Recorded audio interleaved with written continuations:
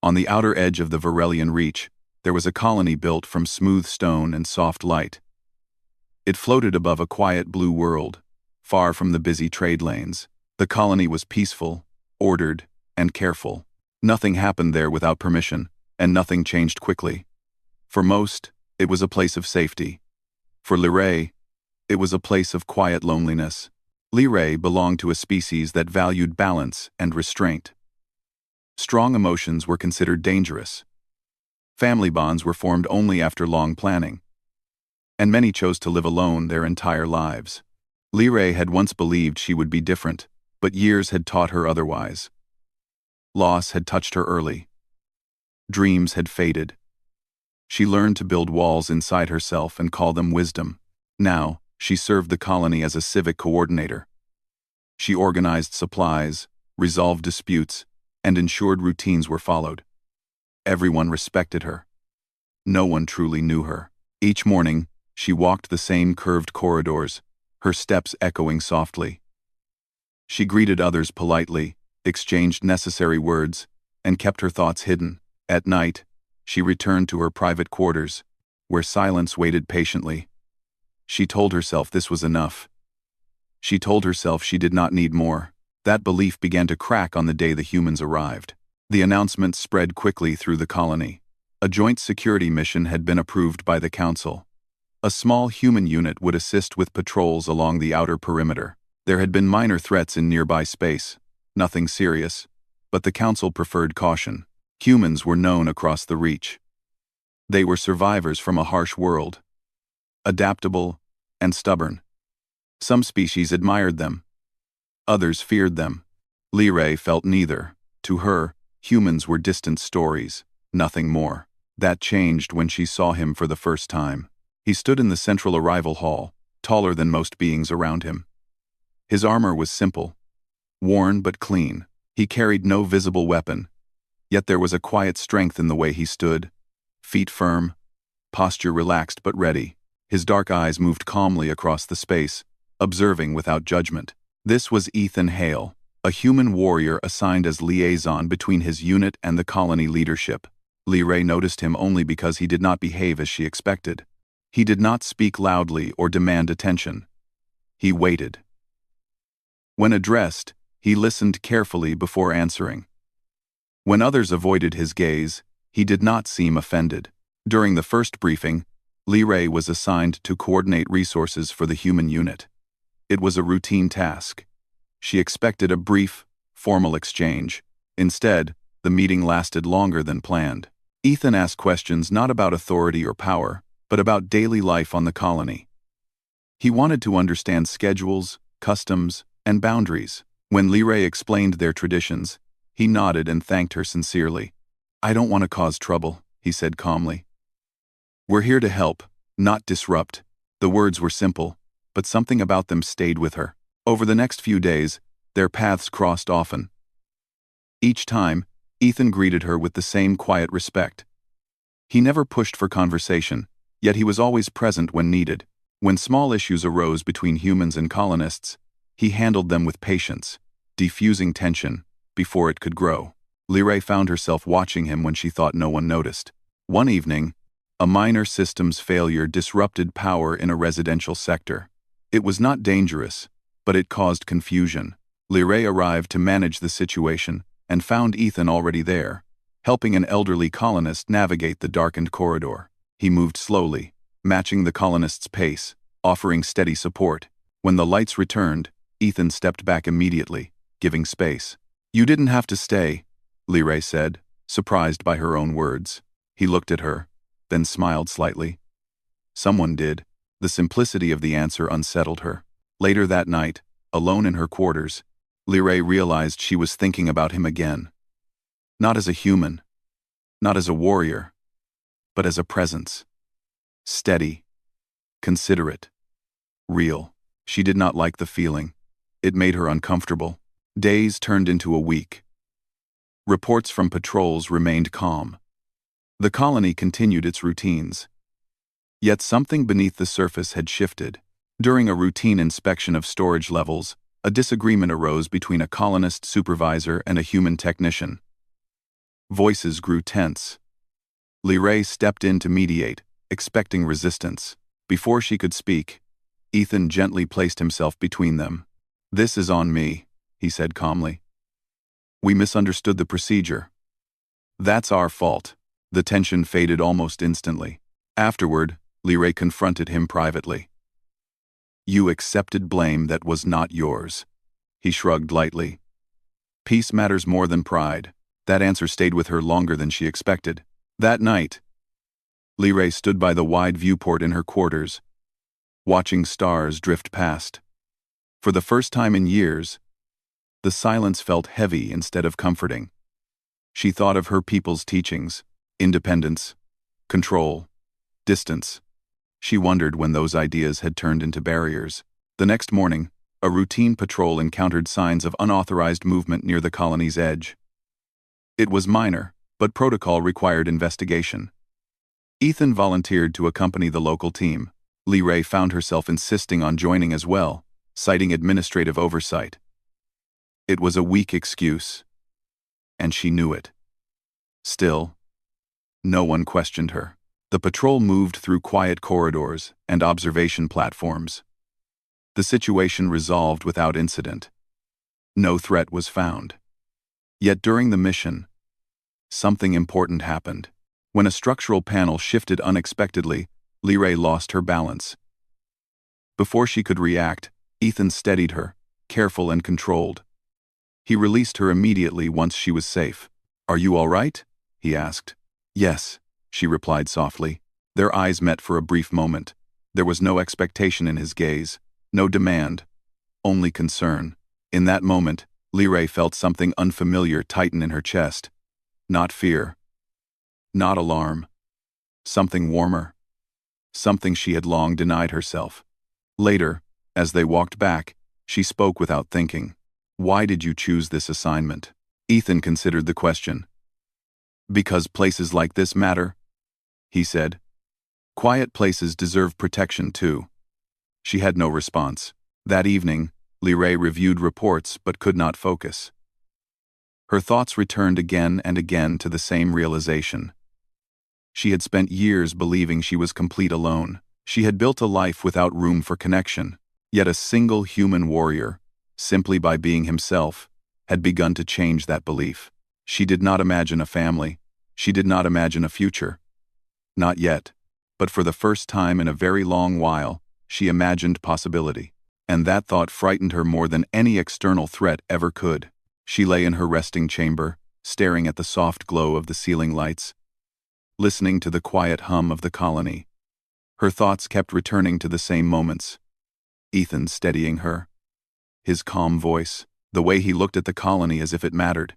She told herself it was nothing. Curiosity. Temporary interest. Humans were new to the colony. Any change would feel unusual. Yet when morning came, she found herself adjusting her schedule without realizing it, leaving her quarters a little earlier than usual. In the central commons, humans and colonists moved carefully around one another. There was no open hostility, but there was distance. Lee noticed Ethan sitting at a shared table, eating a simple meal. Several seats around him were empty. Without planning to, she walked toward him. "Good morning," she said. He looked up and smiled politely. "Good morning, Coordinator." She gestured to the empty seat. "May I?" Of course. They ate in silence at first.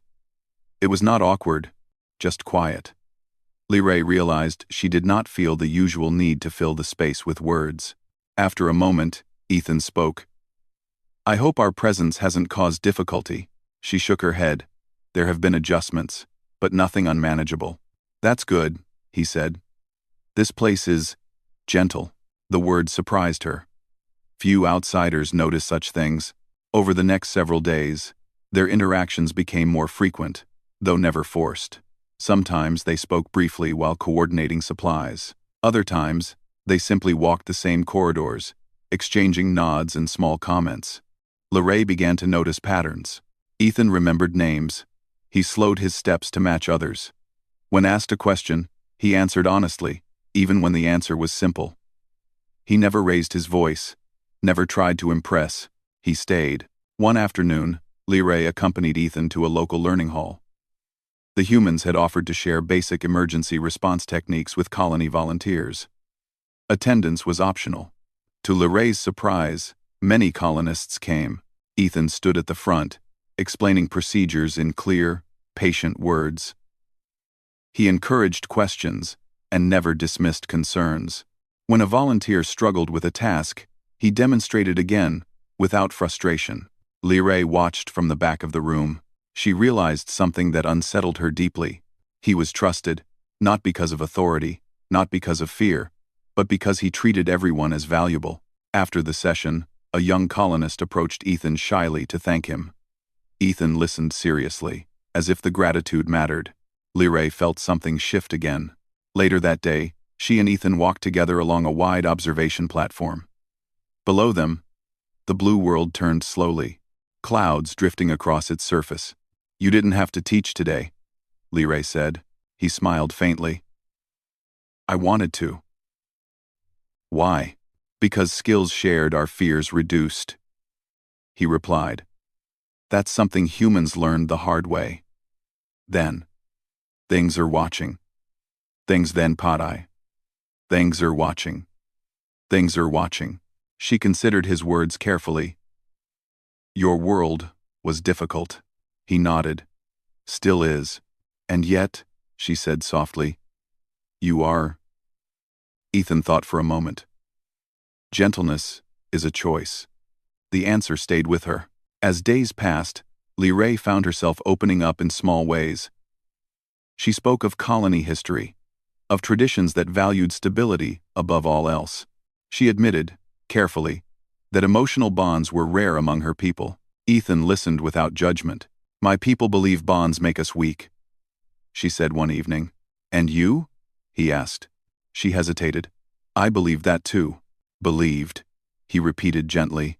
The word echoed in her mind long after they parted. That night, Lee walked through her quarters, touching objects she had chosen for function rather than comfort. She realized how empty the space felt, how carefully she had removed anything that might invite attachment.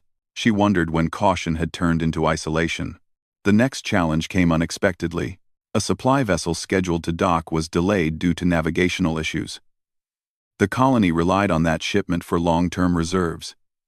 It was not a crisis, but anxiety spread quickly. Lee coordinated logistics, working long hours. Ethan and his team assisted where they could, calming concerns and maintaining order. At one point, Lee paused, overwhelmed by the weight of responsibility. Ethan noticed immediately. "You don't have to carry this alone," he said quietly. She looked at him, surprised. "It is my duty." "Duty doesn't mean isolation," he replied. No one had ever said that to her before. Together, they organized temporary solutions. The humans shared surplus supplies without hesitation.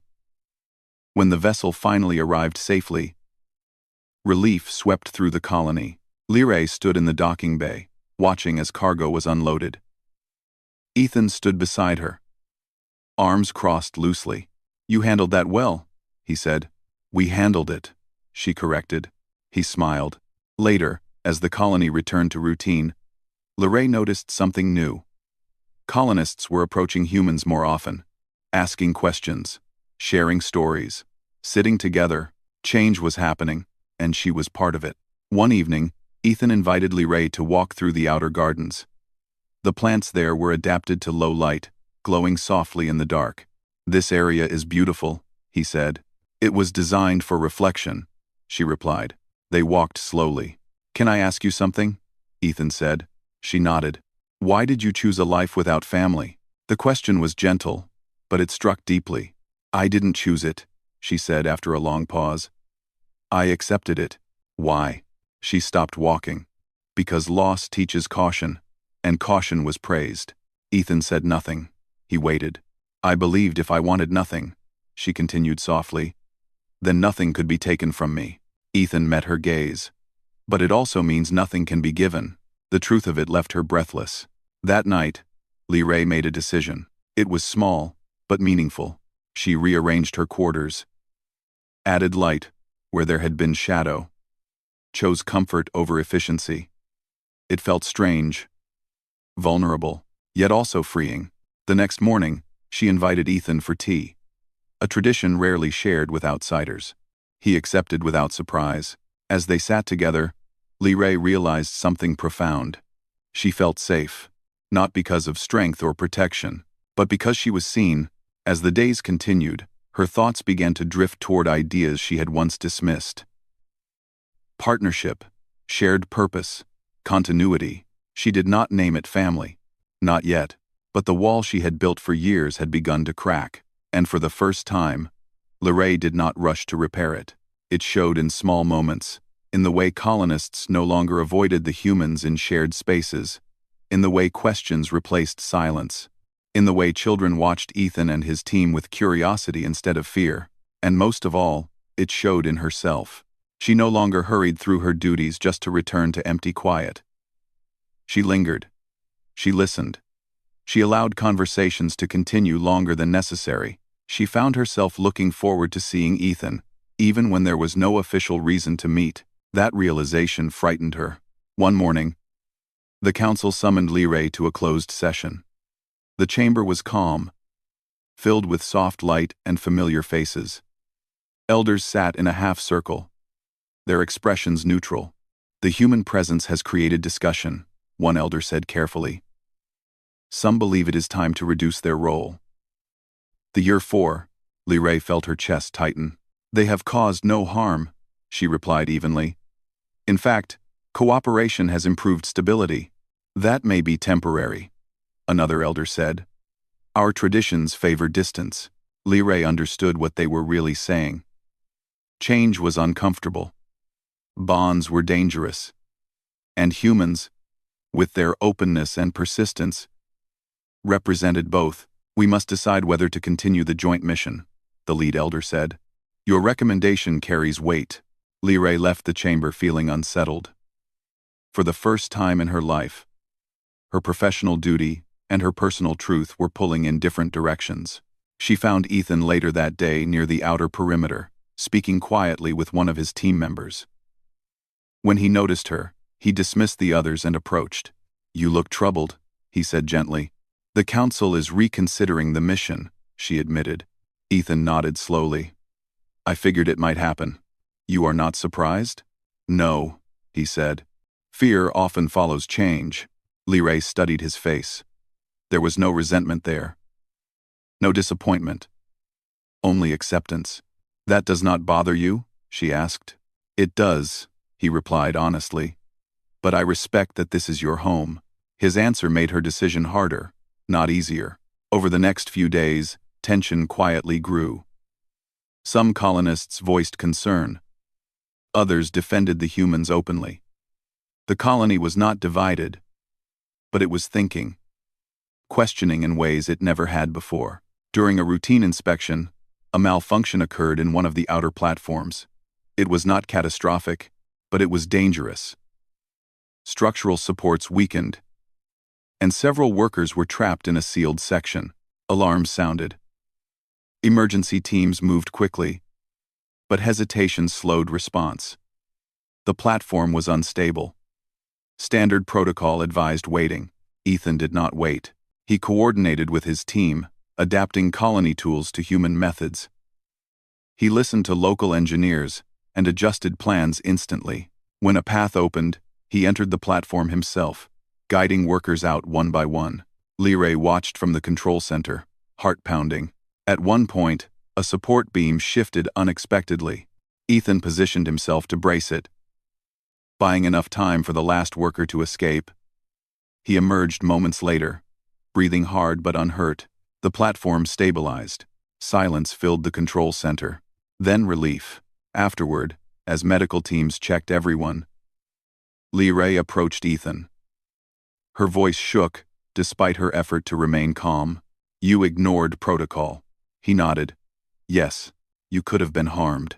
Yes. Why? She asked. Because waiting would have cost trust, he said simply. And possibly lives.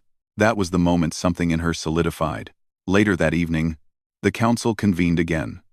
This time, with the incident fresh in everyone's minds. Reports were shared. testimonies given. When it was Li Rei's turn to speak, she stood slowly.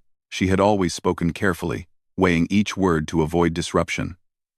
This time, she spoke clearly. The humans did not weaken our colony, she said. They strengthened it.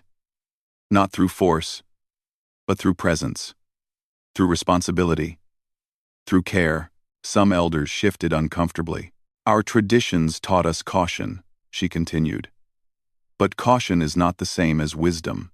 Wisdom adapts. The chamber was silent. I recommend the mission continue, she finished. And that cooperation be expanded. The vote was close, but it passed. When Li Rei left the chamber, her hands trembled. She had challenged centuries of belief. She had chosen something new. She found Ethan waiting outside. They approved it, she said. He smiled, relief clear in his eyes. Thank you. I did not do it for you, she said softly. I know, he replied. That means more. In the days that followed, the colony changed in visible ways. Joint training sessions became common. Shared meals increased. Laughter, once rare, echoed more often in communal halls. And Li Rei changed too. She spoke more openly.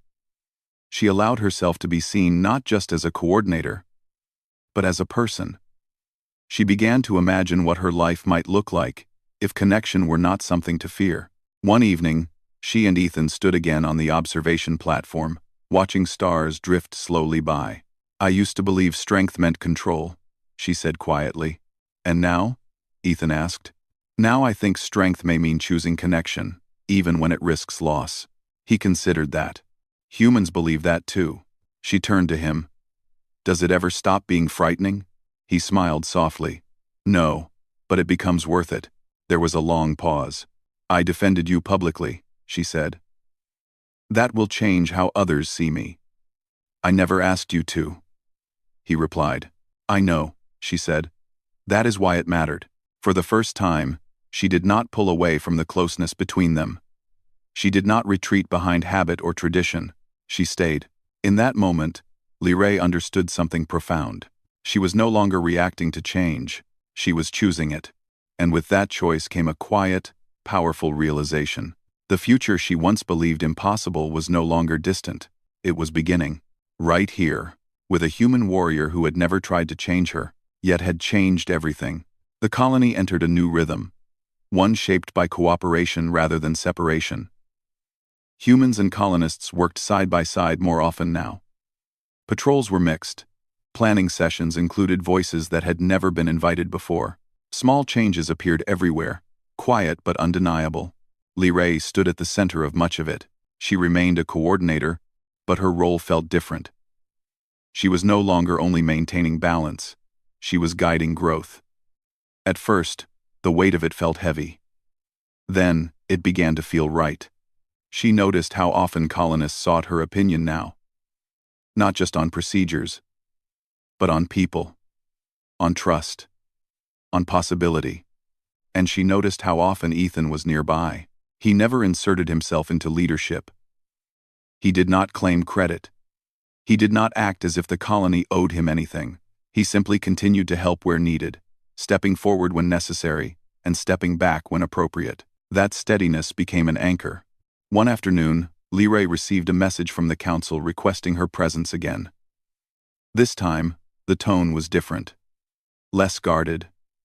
More curious. The elders asked about long-term cooperation. About shared education. About whether humans might settle permanently in limited numbers. Li Rei answered honestly. She spoke of challenges as well as benefits. She did not promise perfection. She promised effort. When the meeting ended, one elder paused her at the doorway. You have changed, the elder said calmly. Yes, Li Rei replied. I have. The elder studied her for a moment.